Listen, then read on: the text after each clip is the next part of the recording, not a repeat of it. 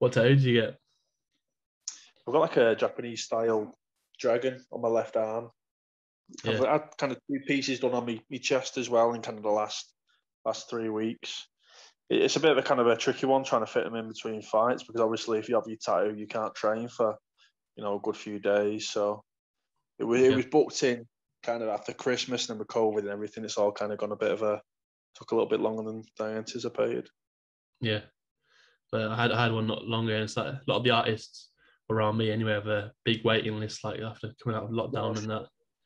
Yeah. I was dead lucky. I kind of had a few pullouts. So I was booked in from December into, it was July. And I got my chest, pretty much my chest done. And then he kind of had a few pullouts. So I was able to jump on and kind of get my chest finished. And like I say, start on the sleeve on the left side. Yeah. How you feeling physically since the fight with Matthias Frederick? Good, it's all kind of calmed down now in terms of it. It wasn't like a massively damaging fight. I think it probably looked worse than it was, but it was the kicks. The kicks that was like did the damage. It kind of beat up my knee a little bit. I was kind of taking in a knee injury and a back injury into the fight as well, but they're kind of still present to a certain extent, but not as bad as they were. So yeah, and I had kind of a couple of black eyes and a few bruises on the head, but in terms of kind of damage coming out of a fight, especially with someone who's as powerful as Frederick, I got off pretty lucky, to be fair. Yeah. What was the back injury you had going into it? It's something to do with a trap on this side. I've been to the osteopath. We have an osteopath at Next Gen, and he reckons kind of the way the body mechanism is, all these smaller muscles are under the trap. So if you damage your trap, then it'll affect all these smaller muscles around. So we've got kind of all different muscles pulling and tugging in all different directions. It seems to play up more when I'm sitting down than anything else, which is a bit odd. Yeah. It's not actually kind of wrestling and fighting which does it damage. It's driving in the car or sitting down. I kind of feel like I'm at the back end of it now, but it was a bit of a pain during camp, to be fair. And then I was hoping, kind of after the fight, when you do take a couple of weeks out, it was going to fully heal, but it's still there, but not as bad as it was. Yeah, I feel like that's quite a common injury I've heard people talk about quite a bit. Is like sort of having pain around the trap, like you say. But obviously, due to having like you say, a lot of small muscles around there. Yeah, I've been quite lucky in my career that I've never had that one big injury. I've had kind of broken bones. I've broke my jaw. I've done small issues with my knee. I've broke my hands, 4 or 5 times, but I've never had that big one, knee injury where your knee's blown out and your ACL needs repairing and the surgery and whatnot. I've been lucky, but I think most fighters will tell you during camp that you're never 100% going into a fight. There is always going to be that little niggle or that little pain. It is just a part of kind of adjusting to that and trying to work around it. What do you make of fighters then after they've shouldn't like no one's going into a fight 100% after a fight saying if they lost saying, oh well, I had this injury and this injury going into it.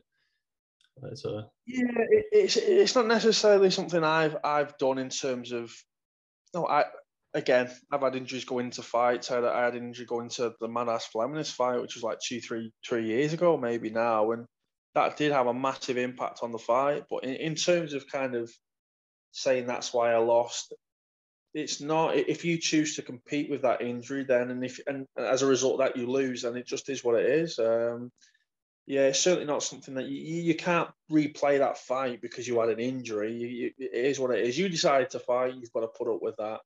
If you pull out, and again, you have to make certain decisions in this career, and it's not easy to pull out. I do think that's why kind of fighters do carry on. You've done 8 to 10 weeks of training to get to this point, and then for you to pull out, obviously there's a loss of income there as well. It's a tricky thing to do, but if you do decide to enter that fight with that that injury, then you've got to pay the price for that. If that's a loss, then so be it. Yeah. Was there anything that surprised you about Frederick when the fight sort of got going? The thing that surprised me was the leg kicks. That's a strange one. I've never kind of been kicked in that fashion before.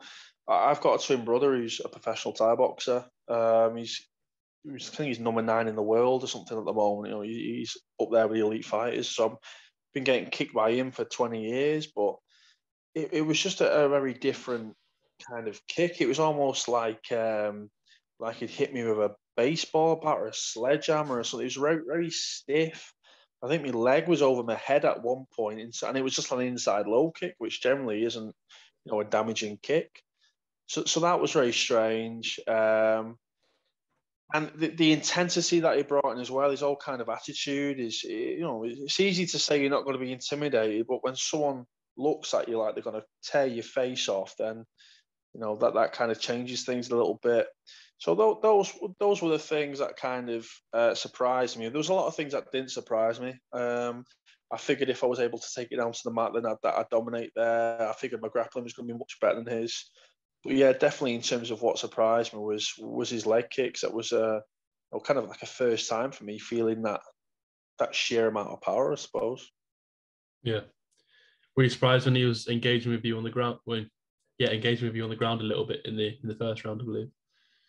Yeah, I wasn't, because he's done that in the James Webb fight prior as well. But I can understand why people say that. I do think it was obviously the wrong decision for him to do that. But I do feel like Frederick's one of those fighters who kind of, that red mist descends, and they'll just kind of, there's not like a real strategy or thought process. Because I wasn't really throwing anything damaging in terms of strikes at him to force him to go for the takedown. I think he's seen the opportunity and figured, hey, I'll just grab this leg and see what happens, and not really felt the consequences of that being that I was better on the ground, and that he probably should have stayed on the feet longer. He did kind of learn his lesson, saying that in the fourth round, he kind of did step away at one point and let me up, but I imagine that was his corner telling him in between rounds not to engage him on the floor and to keep standing. Yeah.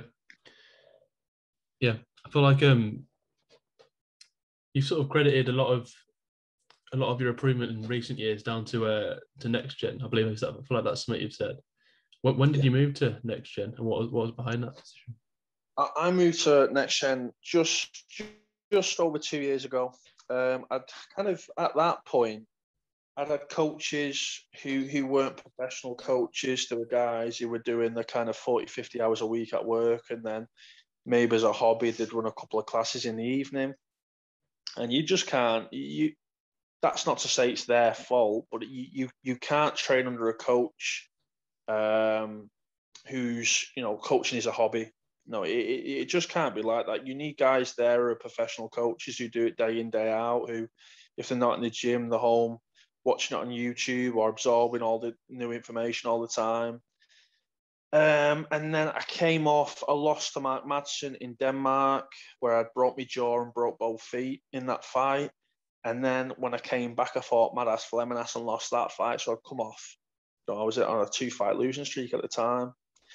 And so I kind of figured that I needed to make some kind of change. And the change was to go to next gen. And that obviously has been a big thing in my career, that I've won kind of the last maybe 6 out of 7 fights or something like that. So it was definitely a good decision. Yeah. Do you feel then that like the more professional environment, like you were saying in next gen, with the more professional coaches, like obviously breeds like more professional fighters? Is that fair to say? Definitely. Yeah, and it's not even more so that the coaches spent more time with me or anything like that. It was, you are surrounded by teammates who are higher level.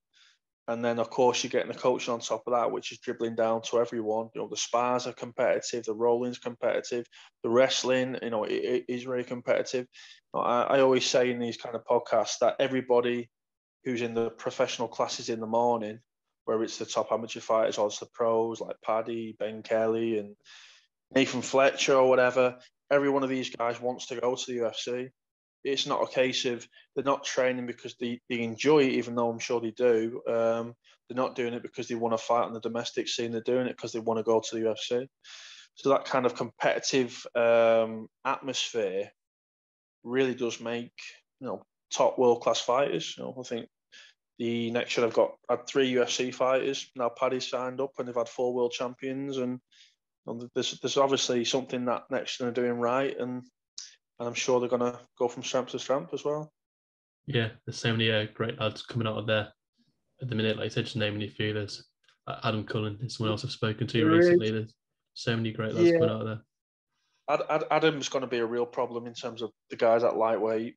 His wrestling is so good. You know, I'm sure he told you he had a background in wrestling before he went to May. So with Nathan Fletcher, he's Yeah, one of his best friends.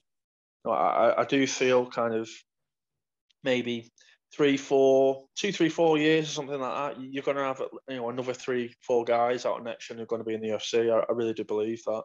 Hopefully, I'll be one of them. But you can see from Cage Warriors, may not be the UFC or anything like that, but the top European fighters are in Cage Warriors if they've not been signed up to the UFC yet.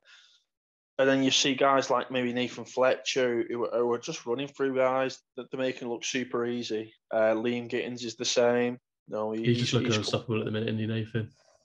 Yeah, he is, and he's kind of the thing that kind of you think of Nathan finishes and he's choking everybody out with a rear naked choke, and you think, well, so what? A rear naked choke is I guess the most basic submission, really. If you go up to 10 people in the street and you say name a submission, they're gonna do some kind of rear naked choke.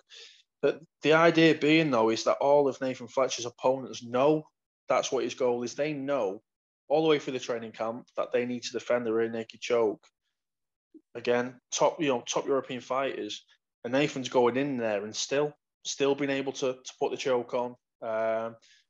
Brian Boulan was very highly regarded, and Nathan Fletcher made it just look super super easy. So if Nathan Fletcher's not competing for a Cage Warriors World title in his next fight, I'd be very shocked.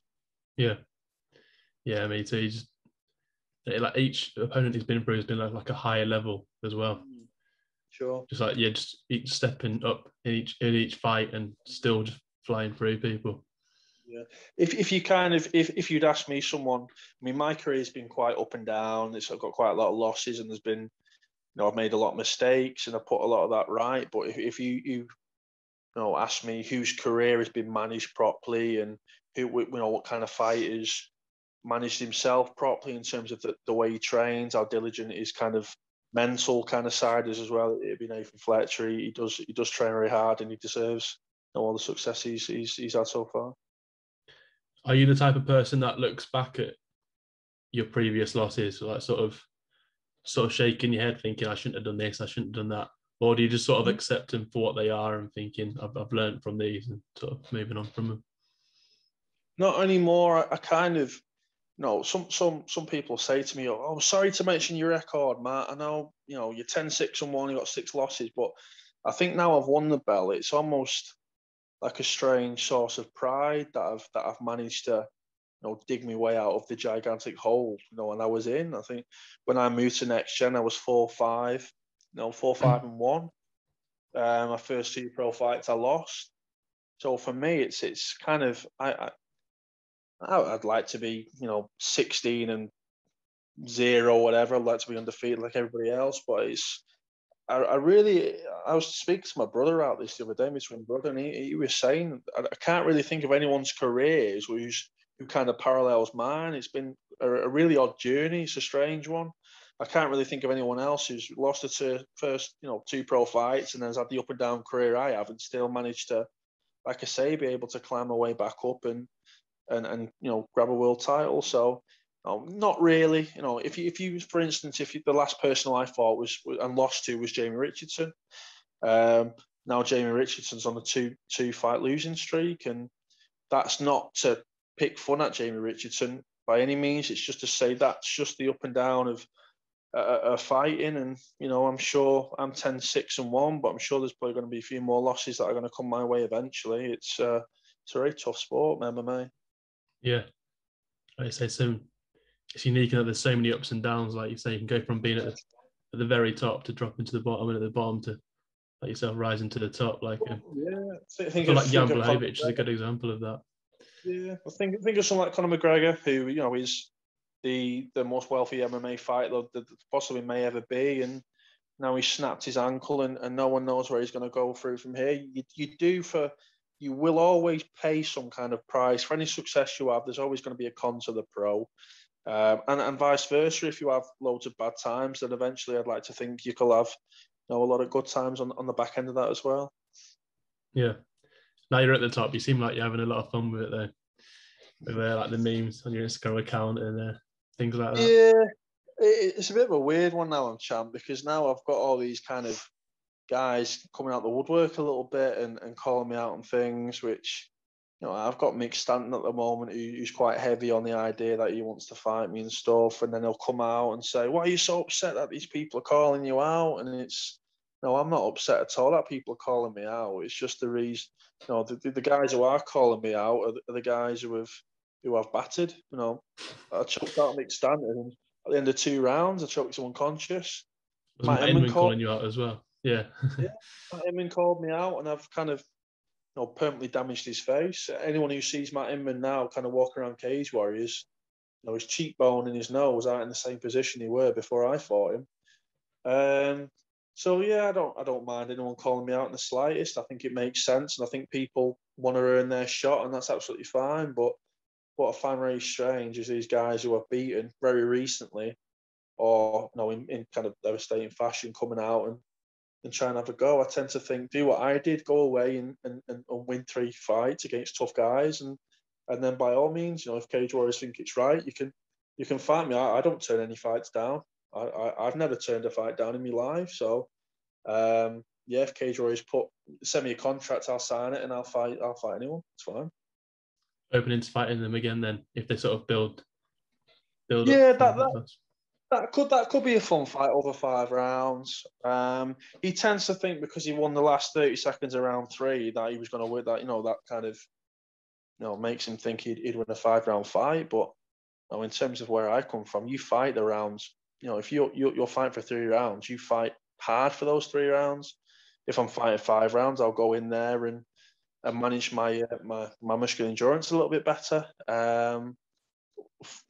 But in regards to Matt Inman, he is super tough as well. He did take a lot of damage in that fight. His face was a mess after it. But and this is the strange thing. You finish these fights and you go and talk to these guys, and they're super polite, and you shake hands and whatnot. And then, like I say, they start coming out and saying daft things and calling you out, calling you names. I don't really. It's not really my cup of tea, that. But I do enjoy, like you said, the memes and having a pot back. It's good fun, really, to be honest. Yeah.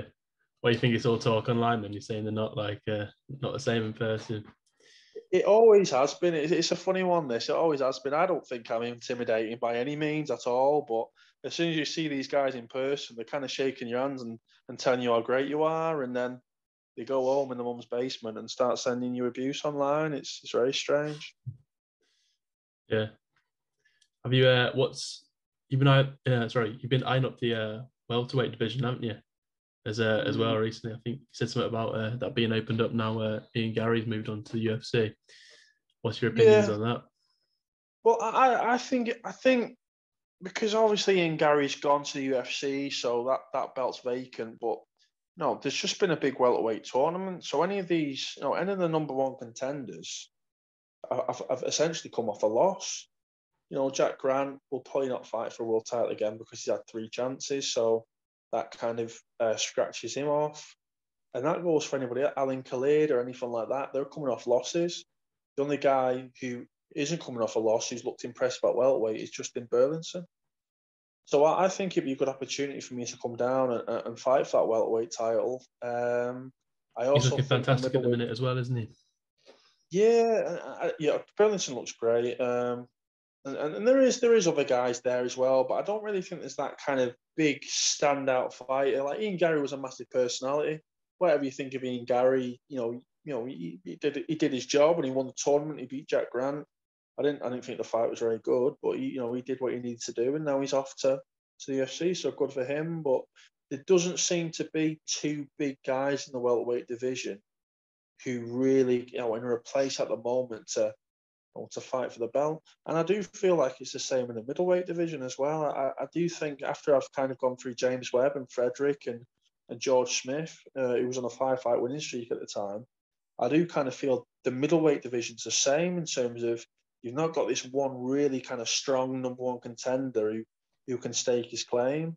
So my idea was to go down to welterweight in September, fight for the welterweight belt, and then let the middleweight division kind of organise itself on the same kind of trilogy, and then I'll go up and defend the middleweight belt in December if that was the case.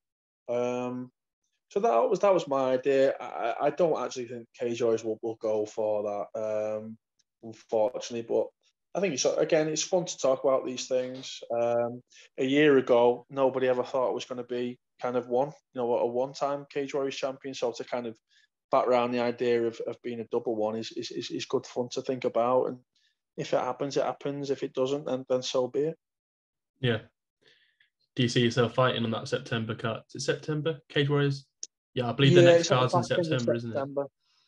I'd like to. I've fought in all the trilogies so far. So I would like to. Again, it depends on kind of the injuries that I've got, whether they'll fade away, I can get a good training camp in. And obviously, it will depend on what decision Cage Warriors make with what fight they would offer. Obviously, if they offered me a really exciting fight like the one we just talked about, then you'd be willing to train through injuries to compete on that. If they didn't, then they would make the decision when we know we can make the decision. I say we in terms of it's not just my decision; it's Paul Rimmer's, the coaches, and managers or whatever. But once they put their cards on the table, we can decide kind of what route we want to go to, and that will be that really. Do you listen to your coach's advice a lot? Is that something you have a lot of respect for? Yeah, sure. I mean, again, Paul Rimmer, he's been around the game a long time. He's got the 3 UFC fighters, and he's got a great relationship with Cage Warriors. So you do take on board what they say. If I actually went to him and said I absolutely want to fight in September, I think he'd say okay, we'll do it. But he's very much the idea now that we've kind of worked miracles getting me to where I am now in terms of winning the belt, and we don't really want to jump into anything too quick because we can just position ourselves a little bit better now. And it's certainly not about picking fights. You absolutely can't do that in Cage Warriors. But, I fought 4 times in 10 months. I have got a few little niggles and stuff. And if there's not that big fight there that wants to grab me and get me really excited, then I can wait till December. I can nurse my injuries and I can get better in training. And I can focus on other things. I'm getting married on the 9th of October, so there's plenty of things to keep me going up. Oh, thank you. Yeah, so there's plenty of things to do.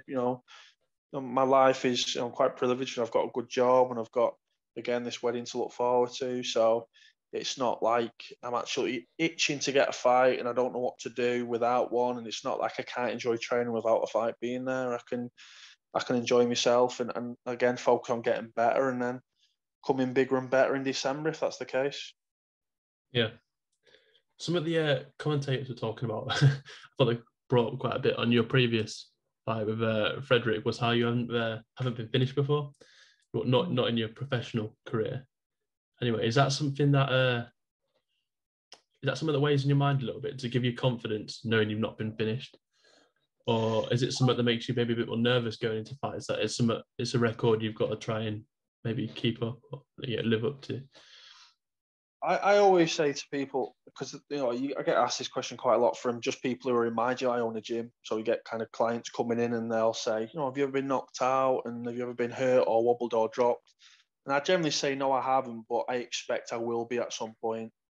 We've seen guys like Dan Henderson and Mark Hunt who have these monster chins who do eventually get dropped, and I do think that's.